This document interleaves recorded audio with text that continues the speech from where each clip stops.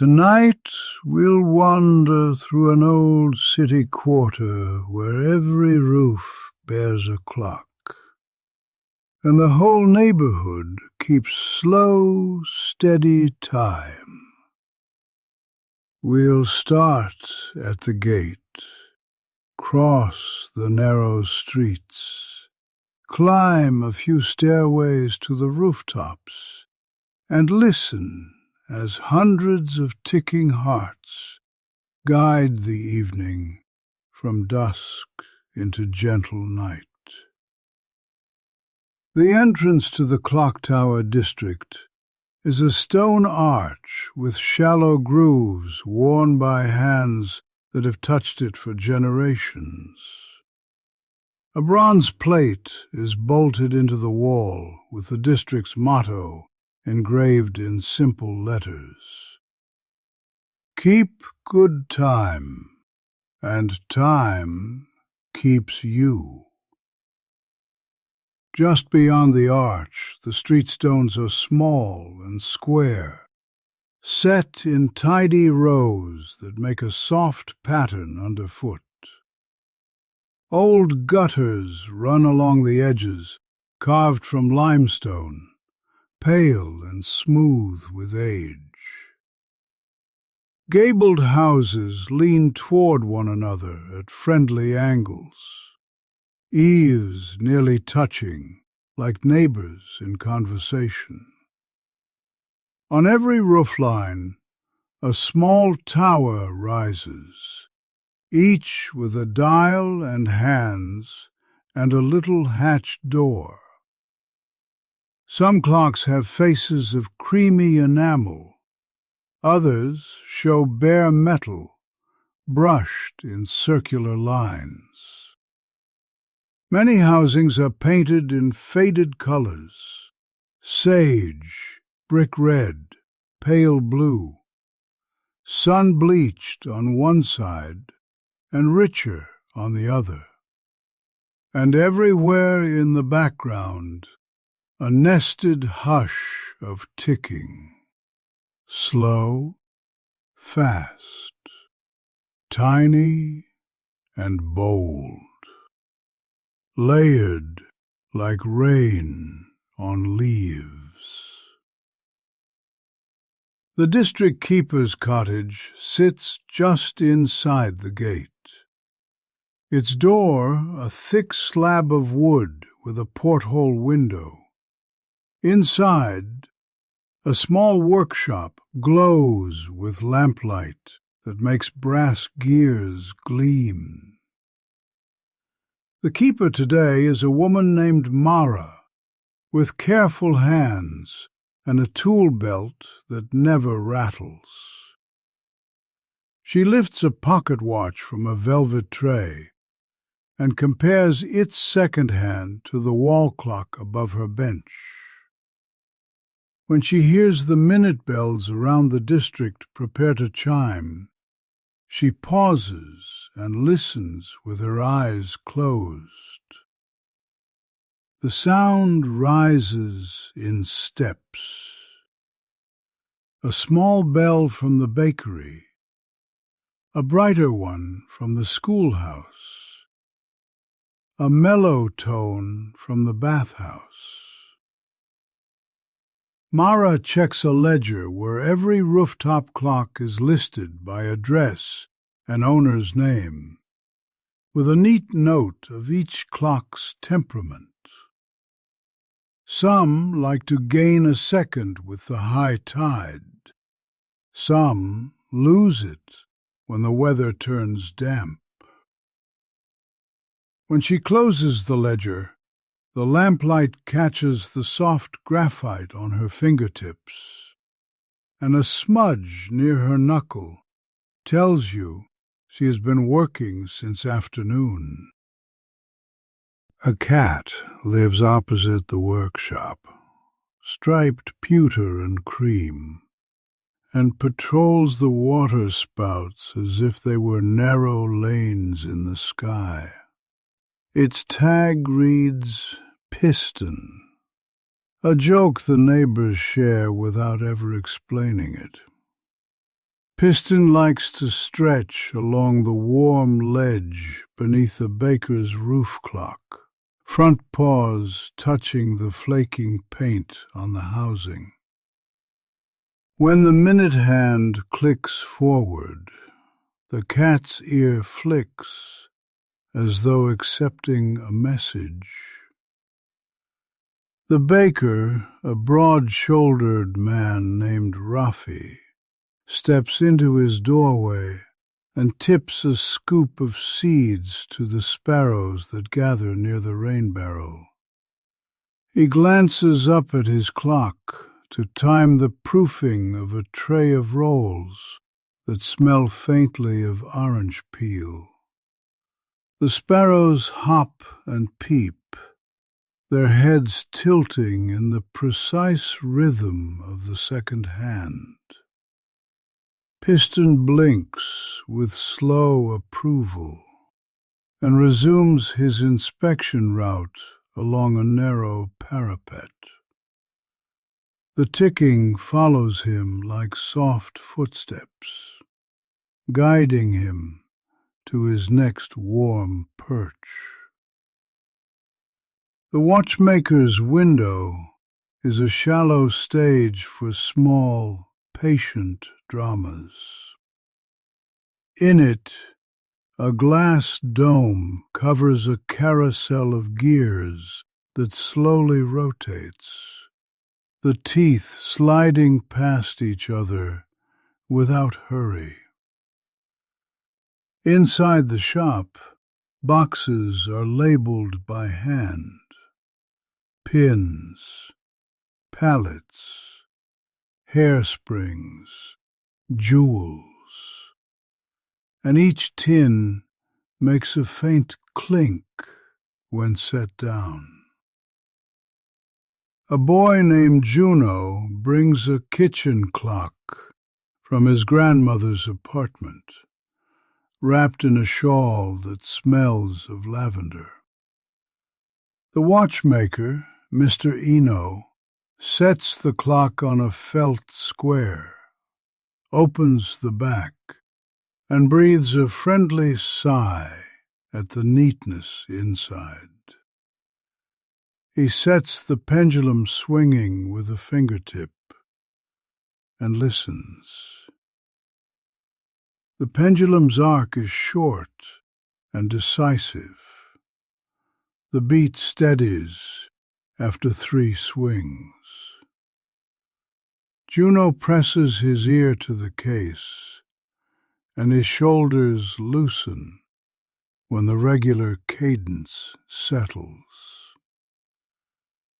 Mr. Eno shows him a small brush used to dust the escapement, and gives him a stencil of numerals to bring home for fun. The boy walks out, holding the clock like a loaf of warm bread, the ticking now matching his steps. As you move farther in, you reach a small square named Wheel Court, though no carts pass here now. A circular bench hugs a plane tree, its bark plaited like armor, its leaves still whispering with the day's heat. In the center stands a pedestal with a 4-faced clock that serves as the square's referee. Each face sees a different alley, yet all agree on the minute. A man in a faded navy cap oils the clock's winding shaft. The bottles spout, leaving a clean thread of shine. 2 older women in heavy sweaters sit on the bench and knit, the needles tapping softly in an alternating rhythm. A teen rides a fixed-gear bicycle around the bench, gentle circles that keep his tires just inside the ring of shadow. The clock above them inhales the next minute, then lets it go with a click you feel more than hear. A blackbird on the roof of the cobbler's shop lifts its head exactly when the click arrives. The square seems to nod along with it, unanimous and calm. Each rooftop has its quirks, and the roofs are reachable by stairways tucked between buildings. One stair smells of yeast and rosemary, another of lemon soap and damp stone.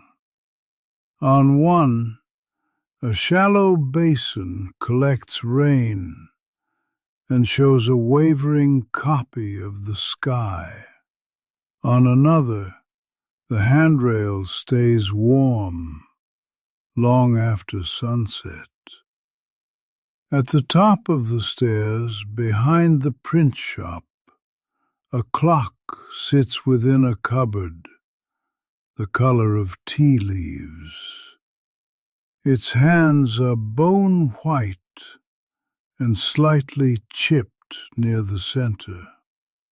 The printmaker, Sarah, opens the cupboard to wind it and checks the little pendulum that hides like a secret.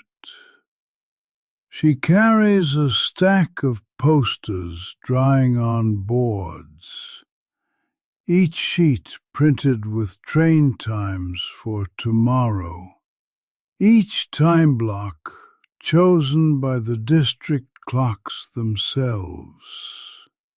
A breeze lifts the corner of the top sheet, and Sarah presses it down with a paperweight shaped like a lighthouse.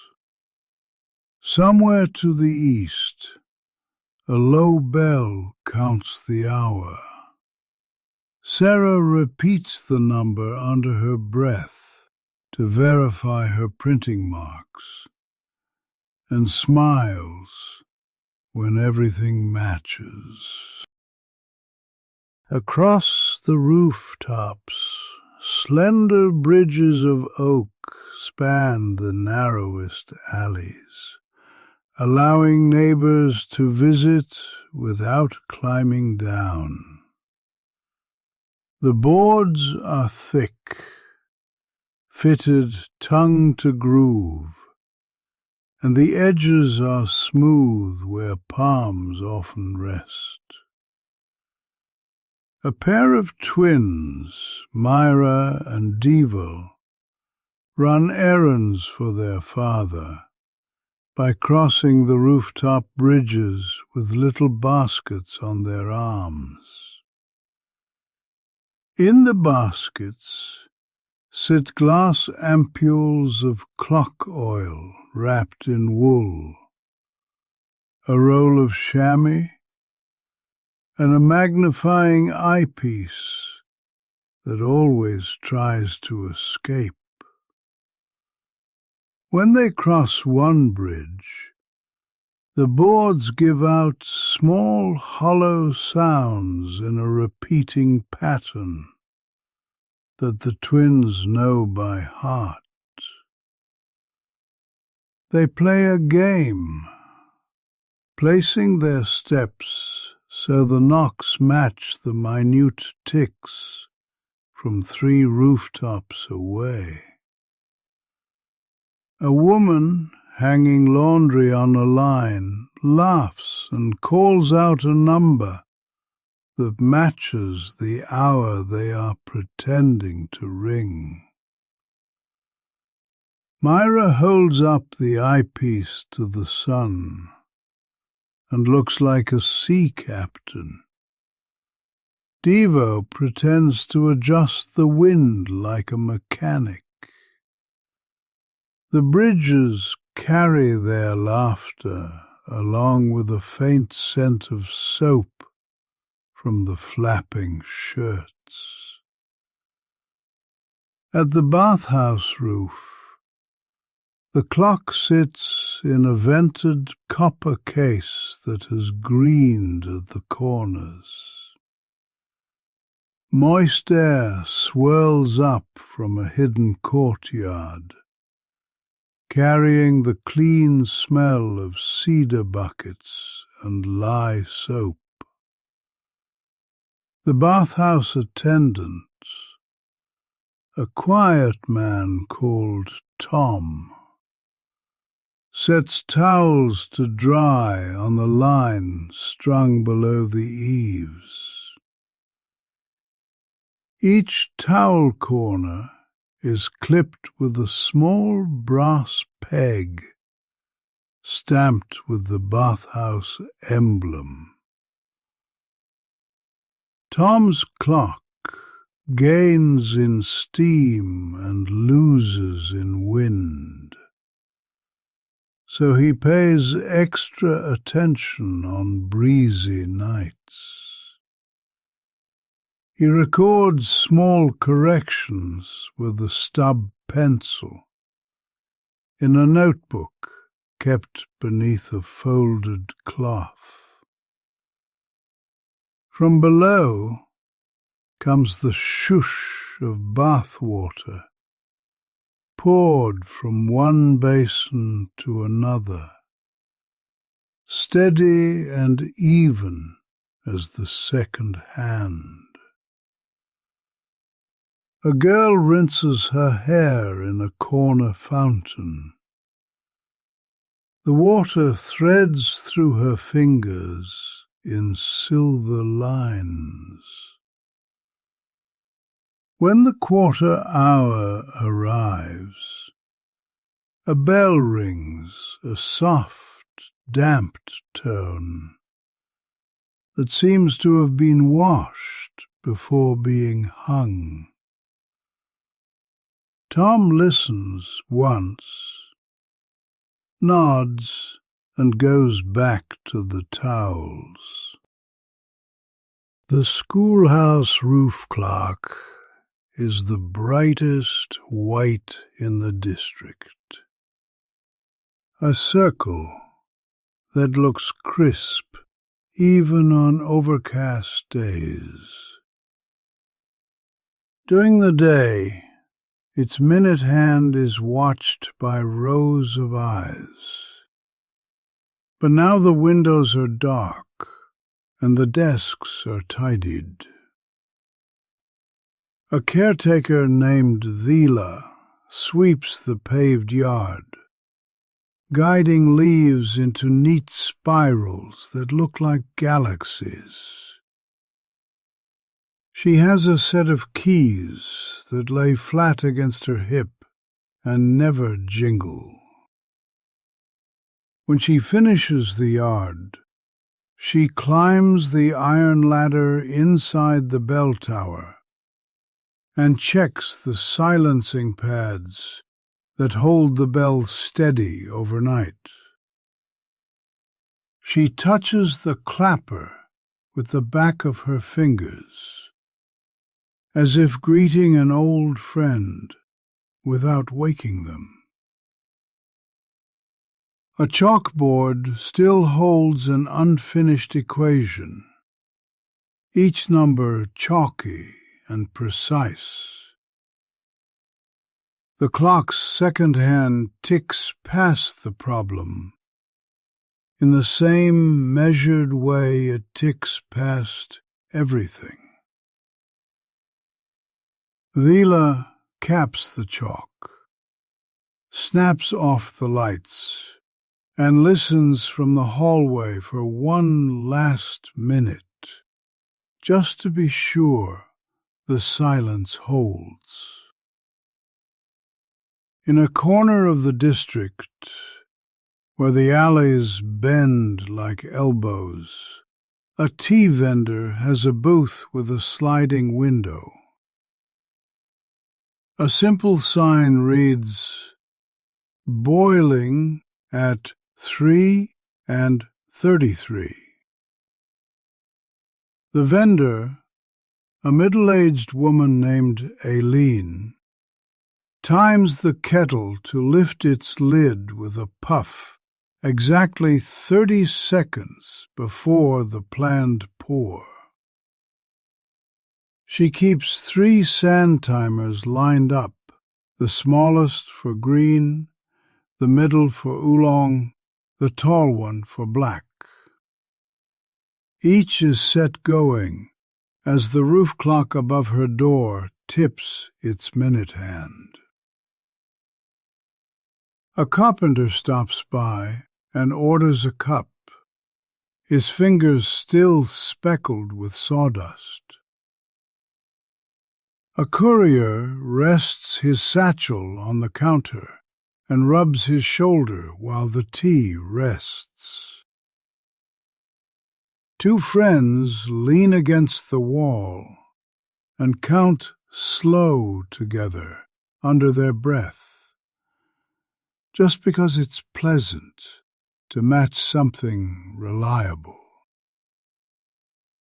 When the sand finishes, Aileen taps the glass with a nail to settle the last grain.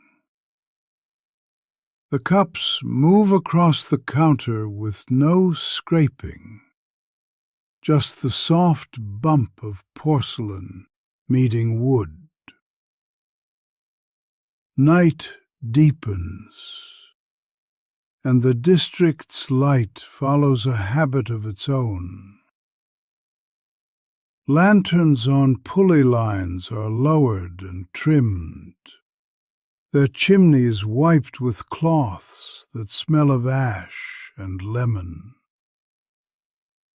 Windows show discrete rectangles of gold that rise or fade according to the work inside. On the rooftops, little glass panels glow where clock housings shelter tiny bulbs run by hand-cranked dynamos.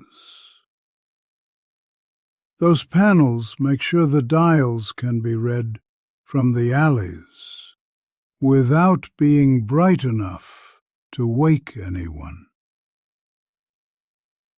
A locksmith in a blue apron fits a latch to a shop door and checks the minute by a dial reflected in the window.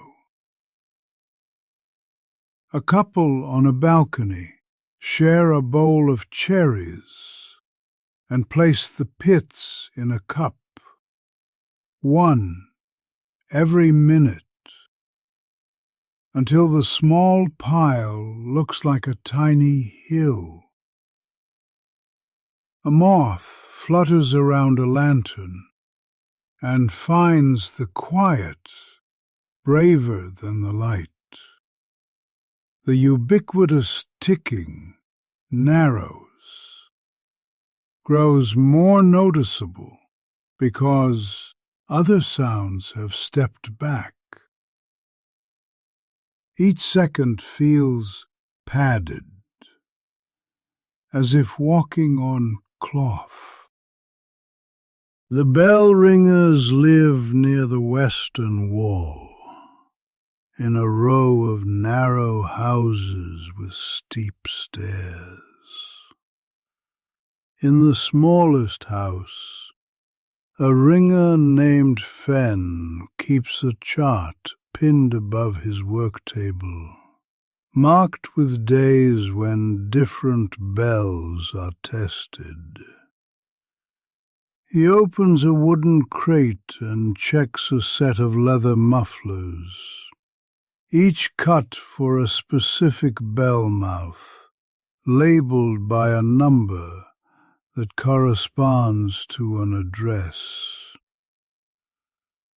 A child named Omi watches from the threshold and asks if the bells sing to each other at night. Fenn points to the chart and shows how at midnight only 4 bells will mark the hour, so the rest of the neighborhood can sleep. He shows a mallet whose head is wrapped in felt. He squeezes it, and it gives like a firm pillow. A clock on his shelf ticks slightly faster than most. A personal preference, he says, keeps him on schedule. Omi nods as though this secret explains everything in the world. Together they step out to the alley and wait for the next quarter, counting quietly to keep their voices from bouncing too hard off the walls. Down by the canal, the water slides under a low bridge that once carried a tram line. The old depot still stands, and its roof clock has a long, slender minute hand that looks like it could slice the air. The depot now houses the district's lost and found. Umbrellas with wooden crooks, a single patent leather shoe, a child's red knit hat with a palm. The clerk keeps a ledger that mirrors Mara's, except the entries here are for people reunited with their belongings. He lines the items on shelves according to the hour they were discovered, which helps jog memories.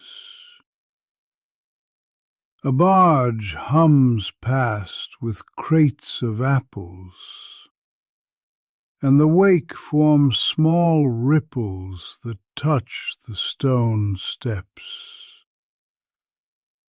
On the opposite side, a night heron stands on one leg, the other tucked into its feathers, unmoving.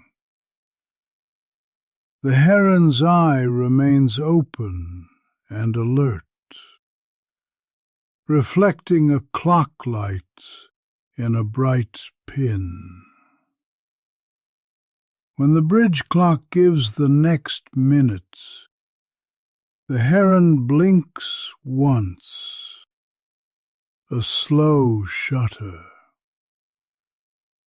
Somewhere nearby, a rat skitters along, pauses at the same click, and disappears under a plank. The tailor's attic is low, with a roof clock housed in a cabinet of dark walnut, the grain showing rivers of brown. Spools of thread line the wall in graded rows from pale to deep. The tailor, Netta, baste stitches a coat hem and waits for her clock to mark 20 breaths before knotting the thread. She works in cycles, stitch to the tick, smooth on the talk, lift and cut at the minute. A radio on the shelf sits silent. Here, the clocks are the music. A stack of buttons clacks softly as she selects one with a rim that will catch a sleeve just enough to stay closed without scratching skin. On the window-sill, a clay saucer holds 3 pins that glint when the minute hand passes. A customer knocks on the stair door, 2 taps, then 1. And Netta lifts her eyes to confirm she can finish the knot before answering. When she opens the door, her greeting lands at the exact moment the second hand reaches the 12. There is a little library in the district, wedged between a bakery annex and a cobbler. Its roof clock contains a narrow bell that gives a humble ping on the hour, more a suggestion than a command. Inside, old travel guides and street directories fill the shelves, their spines sun-faded along the top inch. A librarian named Kadri straightens a row of atlases and flips one open to a map whose legend is printed in 3 languages.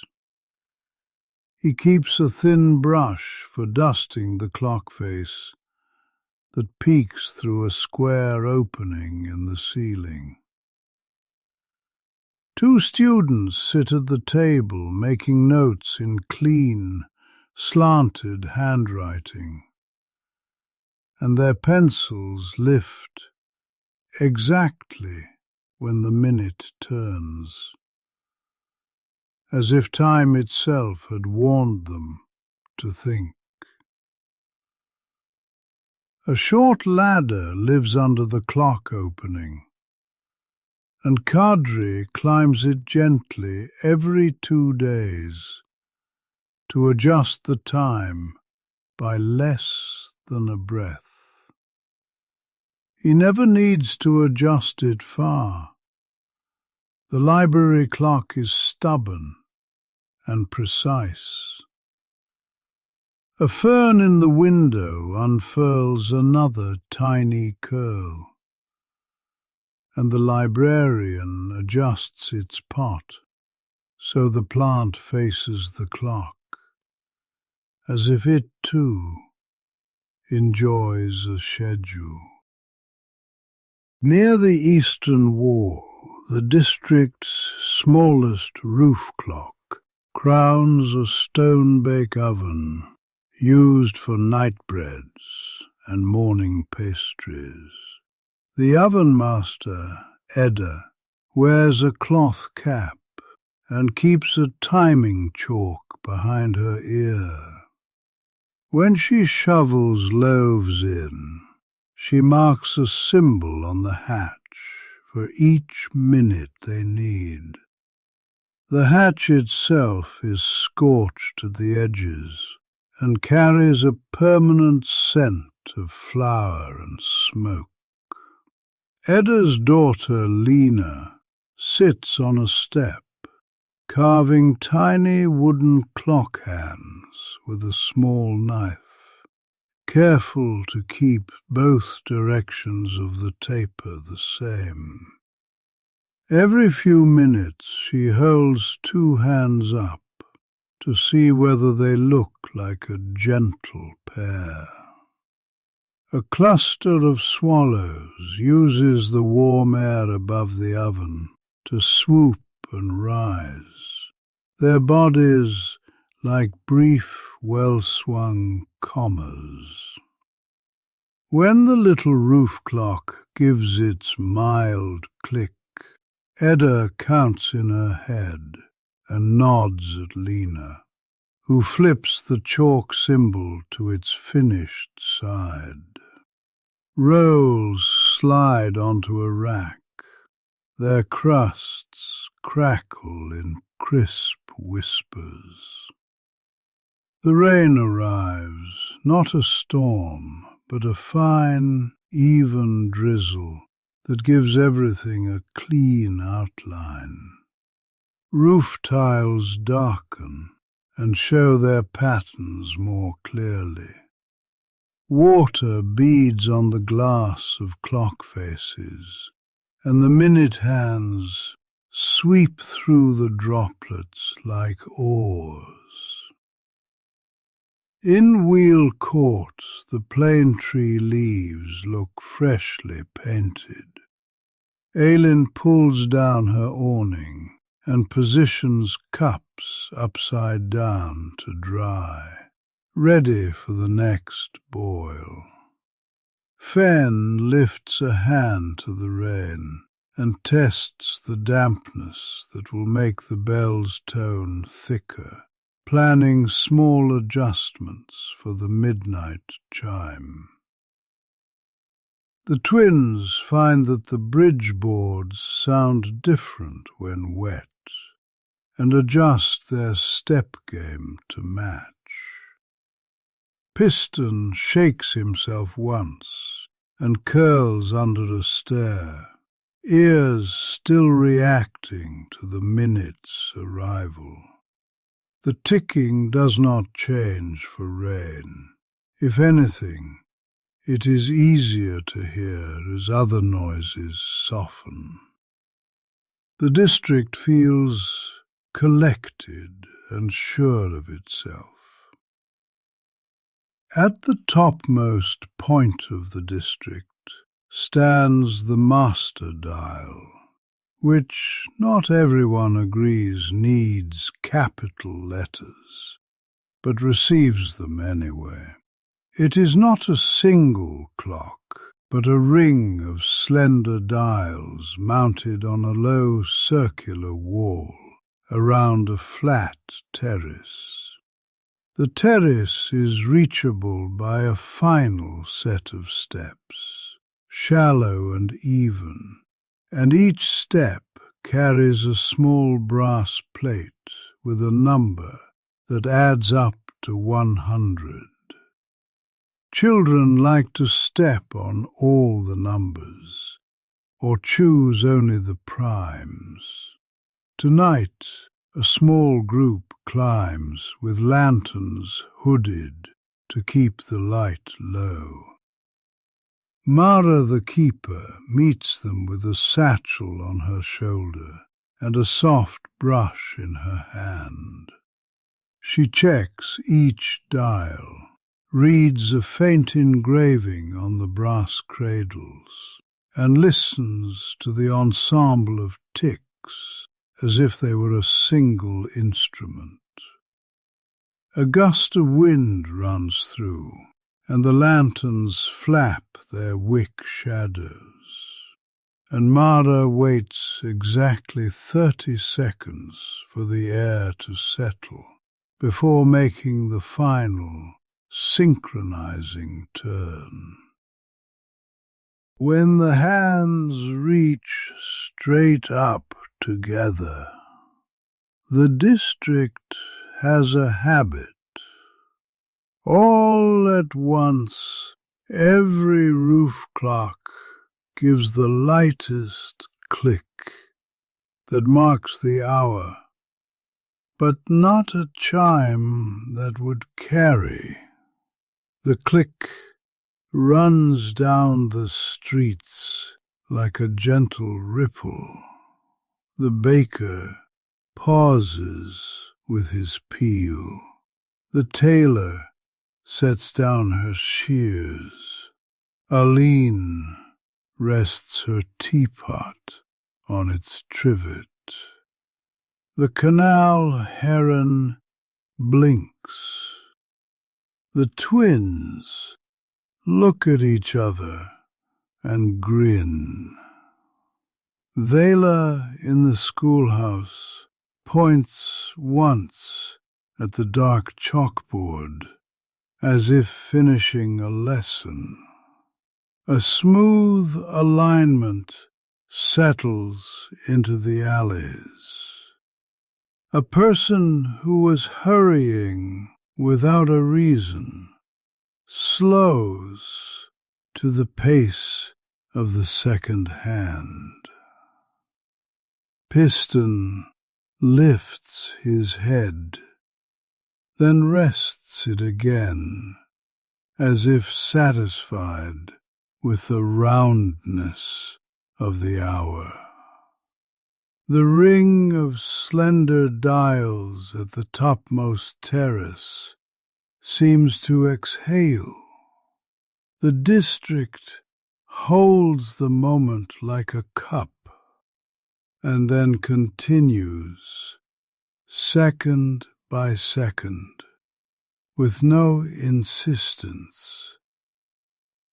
On a narrow street that turns twice before joining the canal, a clockmaker's apprentice named Oda works on a stubborn wall dial. The dial's numerals are painted in a wary script, and the minute hand has a small nick where it once caught on a screw head. Oda adjusts the height of the arbor and listens for the change that tells her the freedom is right. A neighbor sets a plate of warm chestnuts on the windowsill and says nothing, just leaves them there with a little salt in a paper twist. Oda picks one up and breaks the skin with her thumb, steam slipping into the cool air. The clock gives a steady tick now, and the minute hand continues its round without snagging. Oda grins at the dial, the way you grin at a puzzle you've finally solved. She eats a chestnut and places the spent shell in a small pile. When she finishes, she writes a tiny note on the back plate. Arbor raised one hair, runs even. At the very edges of the district, houses press against the city wall, and the wall carries its own line of time in the moss that grows on it. A guard path runs there, not used for guarding anymore, but for the district watchers, who do rounds much slower than guards ever did. A watcher named Tan carries a cane, not for walking, but for tapping.